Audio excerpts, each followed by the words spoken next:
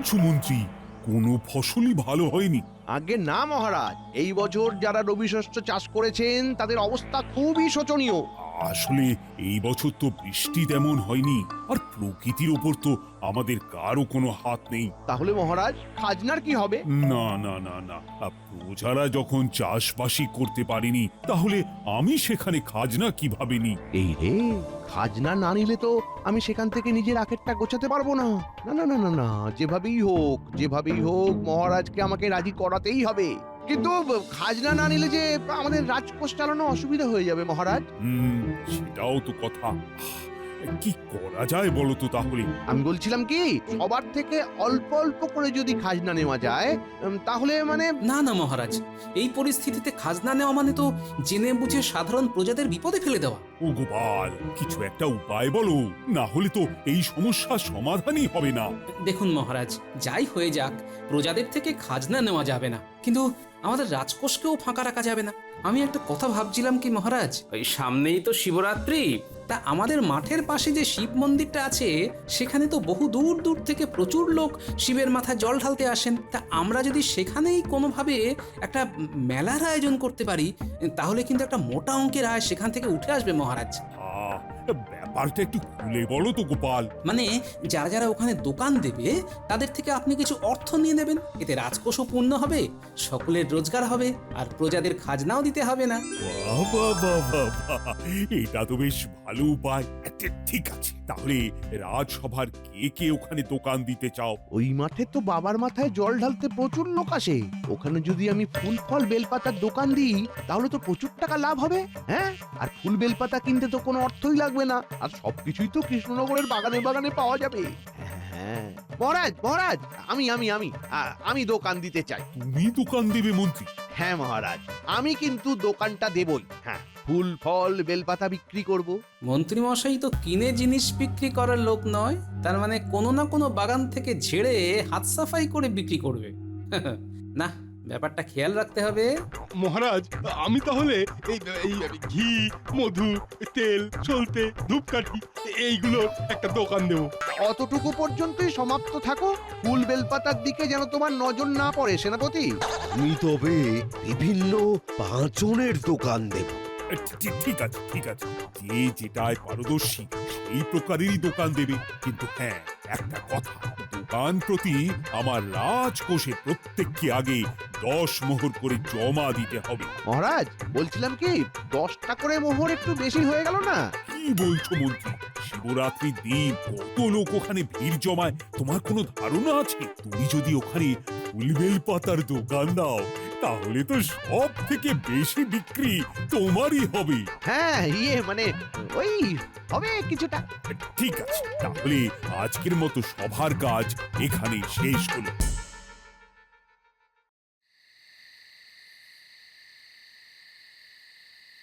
বলি সবাই তাহলে আমাদের ওই শিব মন্দিরের পাশের মাঠে দোকান দিচ্ছে? এখনো পর্যন্ত তো সেরকমই কথা হলো।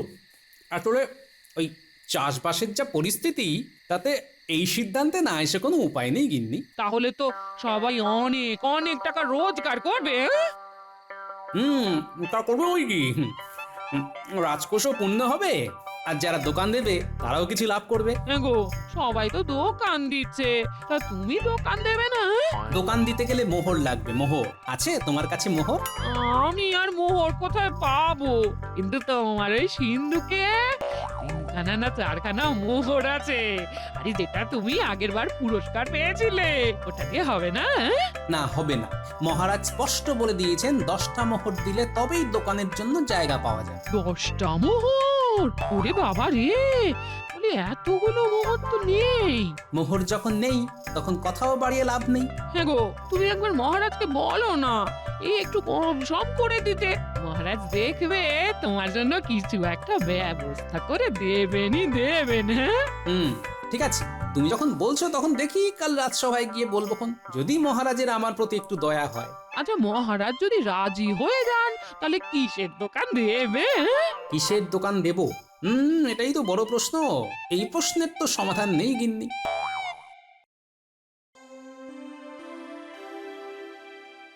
দাও দাও, এবার এক এক করে সবাই মোহর দাও তো, আর নিজেদের জায়গা বেশ ভালো মতো করে বুঝে নাও।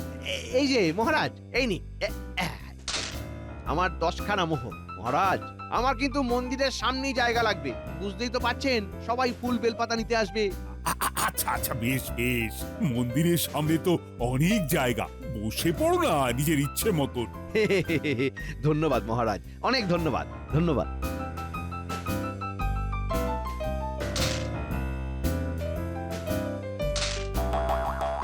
তাহলে সবাই সবার জায়গা বুঝে নিয়েছো? আগে হ্যাঁ মহারাজ। এ কি গোপাল, তুমি দাঁড়িয়ে আছো কেন? তুমি দোকান নেবে না? মানে মহারাজ, কি মানে মানে করছো বলো তো? আসলে মহারাজ, ব্যাপারটা হয়েছে কি, গোপাল যা কিপটে, 10টা মোহর দিয়ে গোপাল দোকান দেবে না।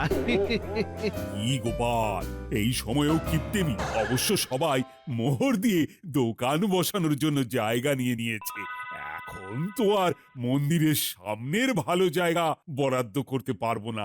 বলছিলাম কি মহারাজ, এই মন্দিরের সামনের জায়গায় দোকানের জন্য আপনি সবার থেকে 10 মোহর করে নিচ্ছেন, কি তাই তো? হ্যাঁ, এ তো আমি কালকেই ঘোষণা করে দিয়েছি। আর মন্দিরের পিছনের জায়গাটার জন্য আপনি কতগুলো মোহর বরাদ্দ করেছেন মহারাজ? গোপাল, তোমার কি বুদ্ধি শুদ্ধি সব হাঁটুর নিচে চলে গেল? আচ্ছা, মন্দিরের পেছনে আবার কে জায়গা নেবে? আগে আমি মহারাজ। হ্যাঁ, তুমি তুমি মন্দিরের পেছনের জায়গা নিয়ে কি করবে? আগে মহারাজ, ব্যবসা করব। মহারাজ, মহারাজ, গোপালের মতিভ্রম হয়েছে, না হলে মন্দিরের পিছনে কেউ দোকান দিতে চায়? সেটাই তো, লোকে মন্দিরে পুজো দিতে আসবে, মন্দিরের পিছন দিকে কে যাবে? হ্যাঁ, ব্যবসার চিন্তায় চিন্তায় গোপালের নাইকো চোখে ঘুম, শেষে কিনা এই বয়সে এসে গোপালের হলো কিনা মতিভ্রম।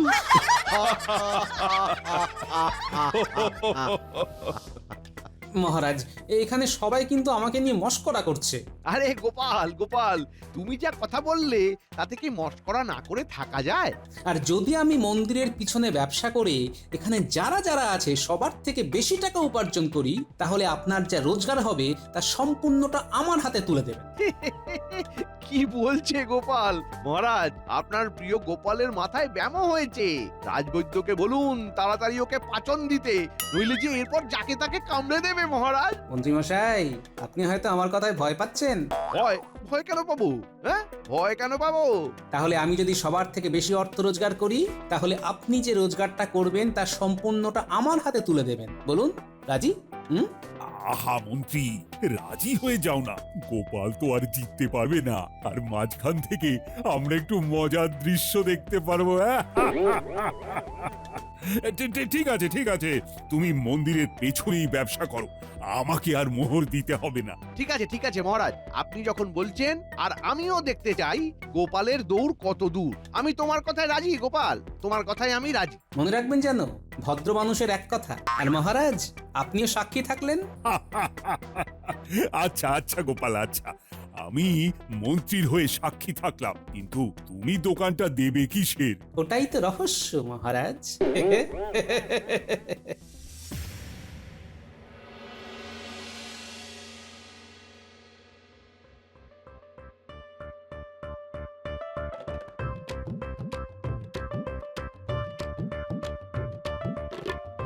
কি হে বিজ্ঞানী, সারাদিন চোখে এই যন্ত্রখানা লাগিয়ে কি দেখো বলো তো?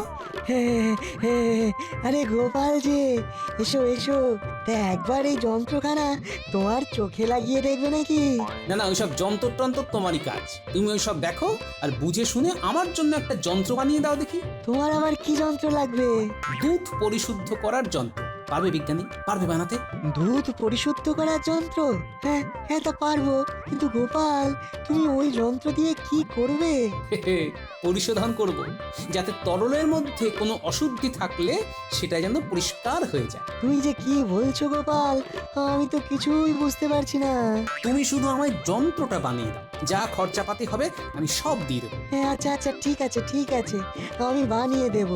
তোমার মাথায় যে কি চলে তা একমাত্র তুমিই জানো।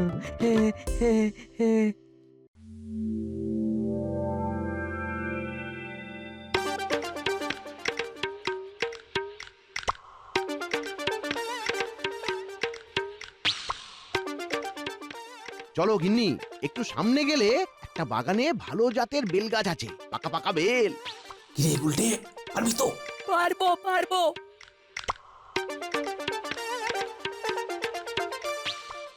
উফ, সেই তখন থেকে বেলটা পাঠার চেষ্টা করছি, কিন্তু বেলটা কিছুতেই পড়ছে না। আরে ছেড়ে দাও না, অন্য বেল পাড়ার চেষ্টা করো। ওহ, আরে বাবা রে, আরে গিন্নি, তুমি বুঝতে পারছো না, কাল শিবরাত্রি, কাল এক একটা বেলের দাম সোনার থেকেও বেশি দামি হবে। তাই বলছি, দাঁড়িয়ে না থেকে আমার সাথে একটু হাতে হাত লাগাও না। আমি না তো কি আমি? ও, কপাল করে একটা বউ পেয়েছি, পুরো বেগুন, কোনো গুণ নেই। কি তুমি আমাকে বেগুন বললে? কানা বেগুন বলিনি, এই তোমার অনেক ভাগ্য। থাকবো না, থাকবো না, আমি তোমার সাথে থাকবো না। সারাদিন সংসারের হেসেল সামলে এখন নাকি আমি বেগুন? থাকবো না। আরে খেলা তো পুরো জমে উঠেছে। একটু ঘি ঢালতে হবে। থাকতে হবে না, কে তোমায় থাকতে হবে? আরে বাবা রে! বলেছে বলেছে। বেশ হয়েছে, বেশ হয়েছে, বেল পাড়ার শখ হচ্ছে।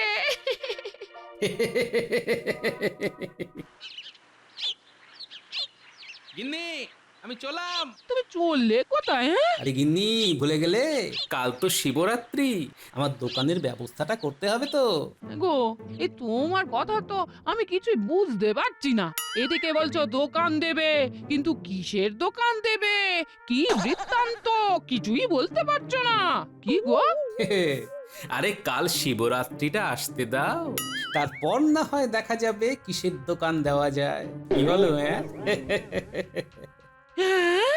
যাই হোক, আমি চললাম, কিন্তু আমার সৈন্য সামন্তরা এখনো এলো না কেন? দাদু, ও দাদু, কোথায় গেলে? ওই দেখো, বলতে না বলতেই চলে এসেছে। কিরে, সব তৈরি তো? হ্যাঁ দাদু, আমরা তৈরি হয়ে চলে এসেছি, চলো চলো। হ্যাঁ হ্যাঁ, ও গিন্নি আমি চললাম, বুঝলে? এই চল চল চল চল চল।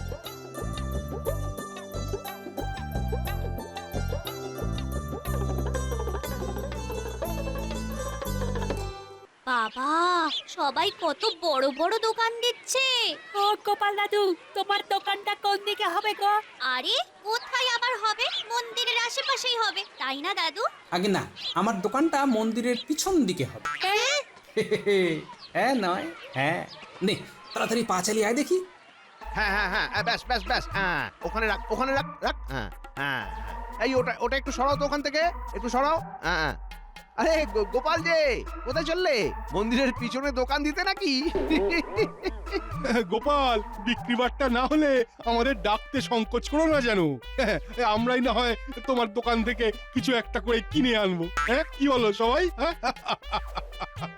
গোপাল, গোপাল এখনো সময় আছে, একটু পাচন খাবে নাকি? মাথার ব্যামো কিন্তু সেরে যাবে।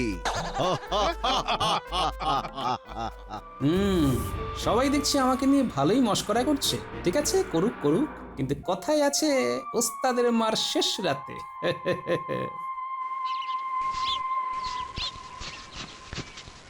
হ্যাঁ হ্যাঁ, আরে আরেকটু ডান দিকে যা, আরেকটু ডান দিকে। হ্যাঁ হ্যাঁ হ্যাঁ, ব্যাস ব্যাস ব্যাস, ওখানে ওখানে বাদ, ওখানেই বাদ, ওখানেই বাদ। দাদু, মন্দিরের পিছনে তো দোকান বানাচ্ছো, বিক্রি হবে বলে তো মনে হয় না।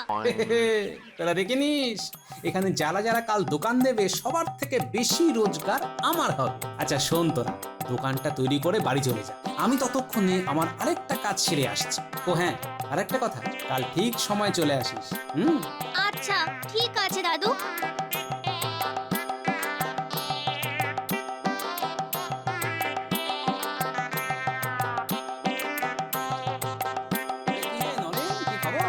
আরে গোপাল দাদা, এসো এসো এসো। কি সবকিছু ঠিকঠাক চলছে তো? ওই আর ঠিকঠাক ভাবে চলছে গো। এবার যা চাষবাসের অবস্থা না, সবই তো জানো গোপাল দাদা। ছেলে মেয়েগুলোকে দুবেলা ঠিক মতো খেতেও দিতে পারছি না। আর কতদিন যেভাবে চলবে কে জানে। আরে এত চিন্তা করো না তো, সব ঠিক হয়ে যাবে। শোনো, কাল তো শিবরাত্রি, কাল পরিবারের সবাইকে নিয়ে ওই বাঁশ বাগানের মাঠে মন্দিরের পিছনে চলে যাবে। কাল ওখানে সবাইকে বাবার প্রসাদ বিতরণ করা হবে। তাই আচ্ছা আচ্ছা আচ্ছা তাই তাই নাকি তাই নাকি ঠিক আছে ঠিক আছে ঠিক আছে, আমি নিশ্চয়ই যাব। ঠিক আছে, আজ তাহলে চলি আমি। এসো এসো গোপাল দাদা, এসো।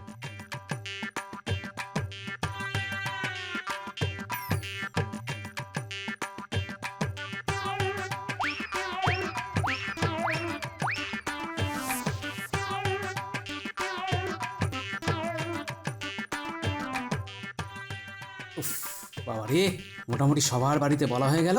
এবার পা চালিয়ে বাড়ি ফিরতে হবে, অনেক বেলা হয়ে গেল।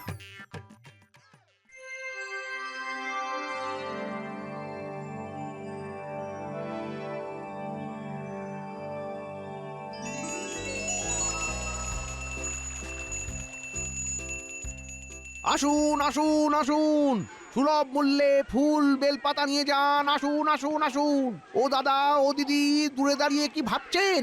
তাড়াতাড়ি চলে আসুন আমার দোকানে, তাড়াতাড়ি চলে আসুন। এটা জোরে মাথায় বেলটা পড়লো, তারপর থেকে জোরে চিৎকার করতে পারছি না, মাথাটা পুরো আলু হয়ে গেছে। এই রে, এই এই এই এই বটা ঘটা, দাঁড়িয়ে কি দেখছিস? একটু চিৎকার করতে পারছিস না? সবাইকে ডেকে ডেকে আমার দোকানে নিয়ে আয়, চিৎকার কর। হ্যাঁ হ্যাঁ মন্ত্রী মশাই, ও দাদা, ও দিদি, আসুন আসুন, মাত্র 10 মোহর দিয়ে একটা বেল নিয়ে যান। আসুন আসুন, আসুন। আসুন।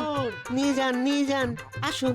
আসুন আসুন, আপনাদের পুজোর দর্শনীয় দশকর্মা দ্রব্যাদি নিয়ে যান, খুবই কম দামে পেয়ে যাবেন সবকিছু। আসুন আসুন। ভালো ভালো ধুতি আছে, বাবার চরণে ধুতি দিতে চাইলে নিয়ে যান আমার দোকান থেকে একখানা ধুতি। আসুন আসুন আসুন না, আসুন আসুন। বলছি ধুতি কত করে? একদম 5 মোহর, 5 মোহর। কিন্তু বাজারে তো 2 মোহর। তাহলে বাজার থেকেই কিনে আনুন। না না, এই পুজোর থালা নিয়ে এখন বাজারে যাব না। দিন দিন দিন, আমাকে একটা ধুতি দিন তো দেখি। কি গো গোপাল দাদু, শেষে কিনা তুমি এই গামলাগুলো বিক্রি করবে? ওদিকে তো দেখে আসলাম কোনো দোকানের সামনে আর পা রাখার জায়গা নেই, এত ভিড়। আর তোমার দোকানে দেখো একটাও লোক নেই। দাঁড়া দাঁড়া, একটু ধৈর্য ধর, একটু পরে দেখবি এখানে হাত পা কোনো কিছুরই রাখার জায়গা হবে না রে। এই মন্ত্রী, ব্যবসা বাণিজ্য কেমন হচ্ছে? খুব ভালো মহারাজ। আপনার বাবার মাথায় দুধ ঢালা হয়ে গেছে? হ্যাঁ হ্যাঁ, এই তো এক্ষুনি ঢেলে এলাম। আহ, বাবাকে আজ মন ভরে পুজো দিয়েছি। তা মন্ত্রী, গোপালের কি খবর, কিছু জানো নাকি? বটা ঘটা কিছুক্ষণ আগে গিয়েও দেখে এসেছে মহারাজ, গোপালের দোকানে একটাও লোক নেই, কয়েকটা ফাঁকা গামলা নিয়ে বসে আছে। হ্যাঁ, বলো কি, ফাঁকা গামলা? এই তাহলে তো দেখতে হচ্ছে, তা যাবে নাকি একবার? ঠিক আছে, চলুন তাহলে গিয়েই দেখে আসি টেকোটাকে। এই বটা ঘটা, তোরা দুজন আমার দোকানটা সামলা, আমি একটু আসছি। আচ্ছা মন্ত্রী মশাই।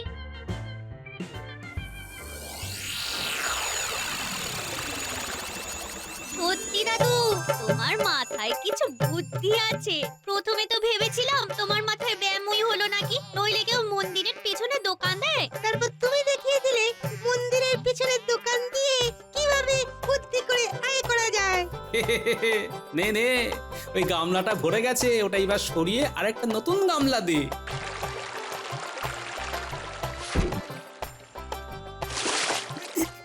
এ কি, এত দুধ, এত দুধ কোথা থেকে এলো?